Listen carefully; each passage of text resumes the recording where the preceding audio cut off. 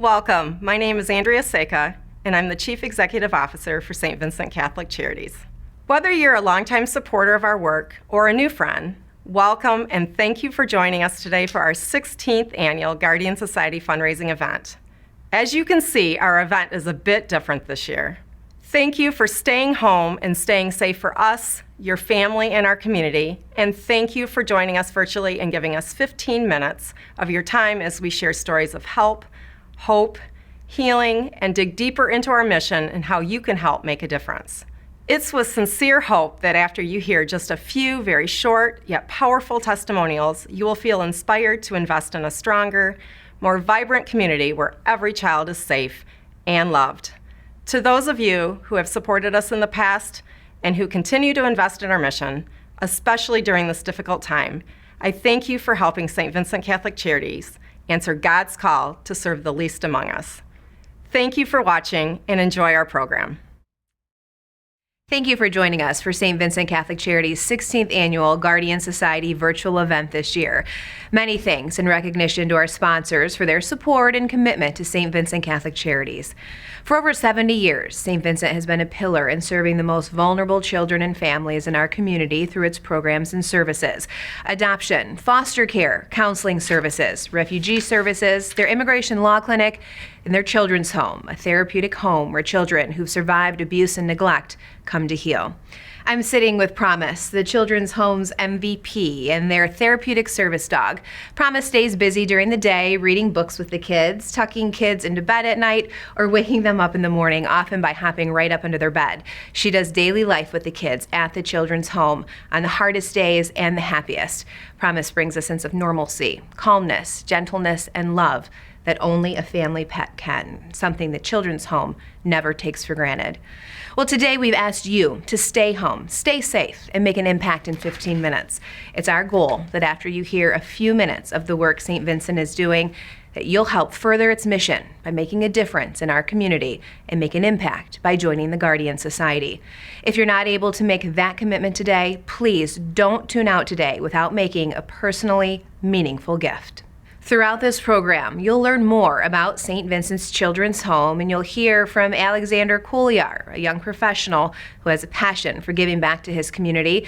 Two Men in a Truck CEO John Nobis will conclude today's virtual event asking you to give generously, and to give now to help provide hope and healing to St. Vincent's children's and families that they serve, as they need it now more than ever. We can begin with making a difference right here in our supportive and generous community.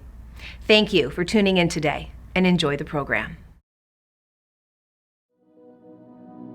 The Children's Home is a residential program for children in the foster care system, so we can work with kids between the ages of 4 and 17, and it's all children who have been placed in the foster care system because of some kind of history of abuse or neglect. Over time, it becomes clear that as a result of that exposure to abuse or neglect, they have some behavioral or mental health concerns that make it a little hard to be stable in that kind of setting.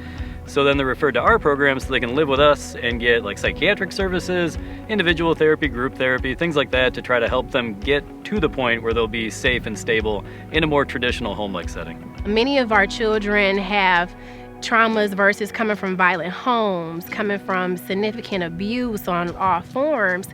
And once they go through something like that, they're literally altering their world and their brains. There's all different levels of trauma, but we are all professionals here.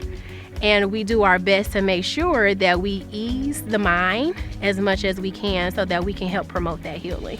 Working with the families and working directly with the child is the best way that we can get them back home and functioning together. We're aware that an institutional type setting like this isn't really ideal for a child, but it is sometimes necessary for them to get the services that they need, and kind of serving as a structured environment for them to learn how to harbor a positive relationship with each other. So this is definitely necessary and something that really helps the families in our areas.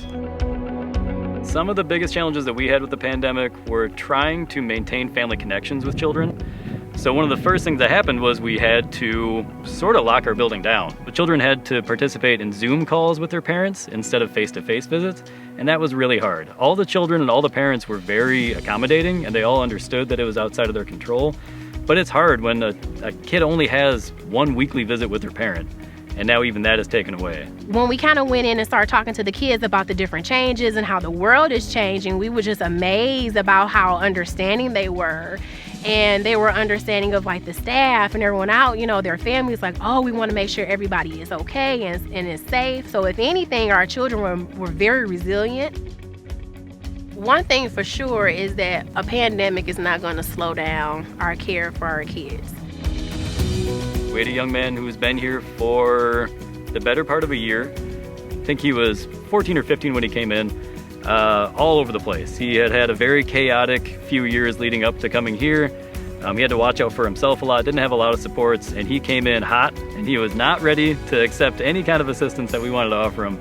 And from the time that he came to the time he left, it was like two different people.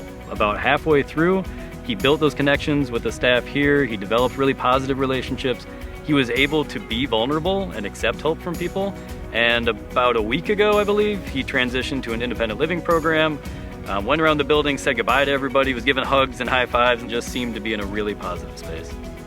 The staff know that everybody who walks in the door isn't ready for help, isn't ready to let their guard down.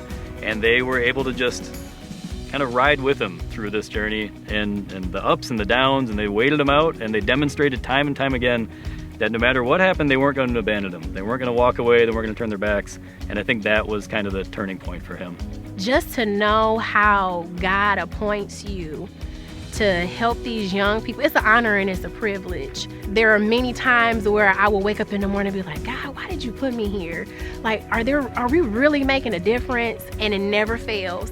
It's like he always finds a way to like show us. A kid will always come back and talk about, I remember when you taught me this, or I remember this great moment. And it's just nothing but fuel, you know, and a reminder like, this is why you are doing this work. And this is why it's important that you keep growing and you keep thriving and you keep learning how to provide the best quality care for these children.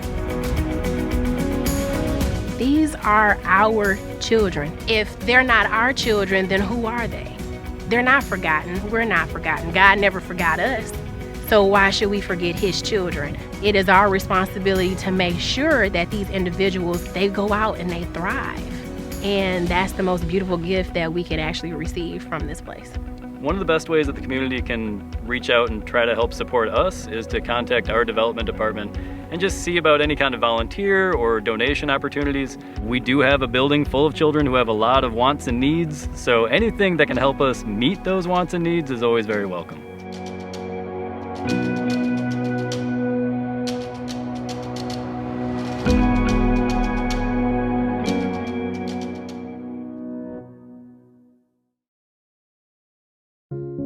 Anybody that knows my parents knows that there's two kind of opposing forces. My dad is usually the more reserved, the more stoic. My mom, you will know my mom the minute my mom walks in a room. She's in your face, she's shaking your hand, she's giving you a hug. The balance, I think, of the two is really what sticks with people when they meet my parents. And then each of us kind of inherited different traits from each of them. So I think I'm usually more like my mom. I'm a big hugger anytime I walk into a room. I want to know everybody in the room. My sister's a little bit more like my dad, a little bit more reserved. And then I have a brother, Anthony, who has autism. And so he still lives at home with my parents. And so he kind of plays the mediator of all of us. My other brother, Alonzo, was the second oldest, and he passed away from a brain tumor when he was 21 years old. He was the perfect balance of both my mom and my dad, and kind of embodied all of their good, I would say. He really had a passion for helping people. So when my brother was really sick, my dad was always the one that was like, the only thing that's gonna get us through this is hope. If we don't have hope, we don't have anything. At that point, that was my realization at 12 years old, that like, our faith is the number one thing that we have. And in order for us to be able to get through this together as a family, we have to rely specifically on our faith and prayer and our community of faith, and that's what's going to be able to carry us through. You know, our lives have so much more purpose to them than we may even recognize. My brother truly had a very, very profound impact on the lives of so many people, and so losing him was absolutely the worst thing that's ever happened, but it was also the number one thing that's kind of molded me into who I am. Afterward, when my brother died, my parents were looking at, burial sites at St. Joseph Cemetery, which is right behind St. Vincent's. And there's a lot right behind where the playground is, where the kids are playing every single day, that was open. His passion was to be able to be a mentor for the kids at St. Vincent's. And so they were like, this is 100% the spot that Alonzo needs to be.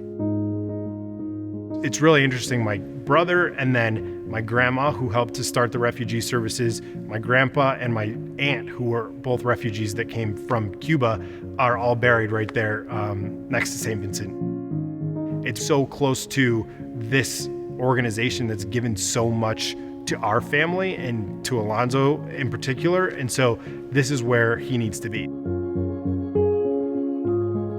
My mom has always also had a passion for kids. She had 5 of her own. And then she decided 5 kids weren't enough, so she needed to find another way to get involved with more kids. So book club, I think, offered her an opportunity to do that, and it gave her a little bit of an outlet. So she started getting really involved right around the time when my brother passed away. And I think it offered her a good, opportunity to be doing something that brought her so much joy. Oftentimes we think of when we're volunteering, we're bringing joy to other people. That's our goal. But what I don't think we think about very often is actually the joy that it can bring to us as well. It was really important for me to be able to get involved through a philanthropic arm. We sat down and tried to understand, okay, what do our options look like? We were anticipating that it was going to be a little bit harder to get involved. We were like, okay, we're going to have to carve out a bigger section of the budget to be able to get more involved and to be able to have an impact.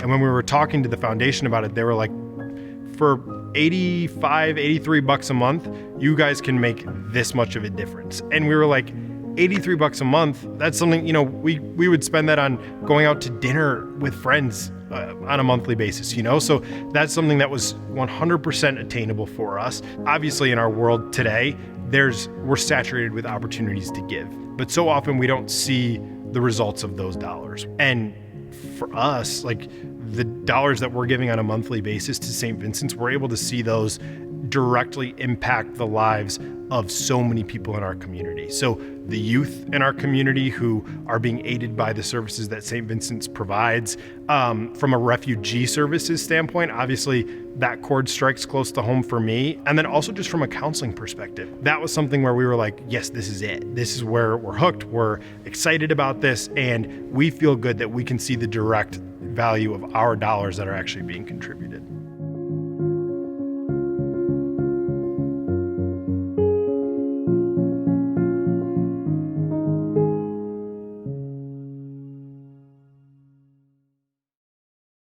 Of the many titles I've held, one of my newest is foster father.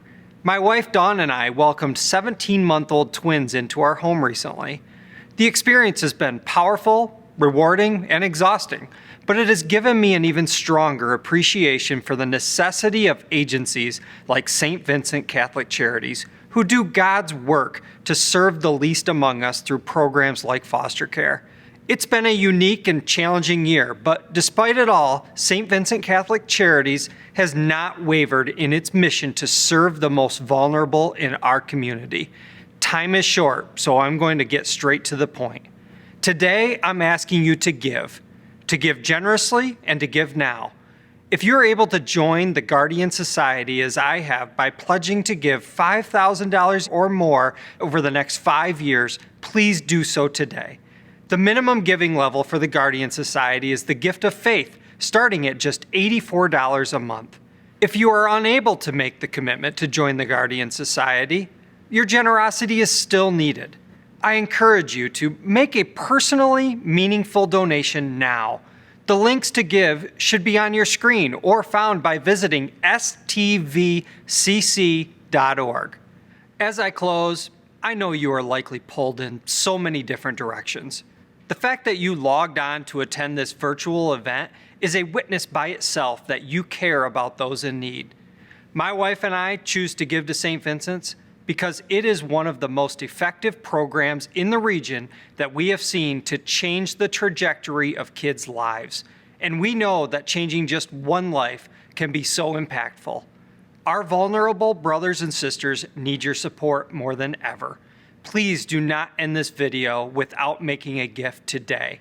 Thank you, and may God bless you and your families.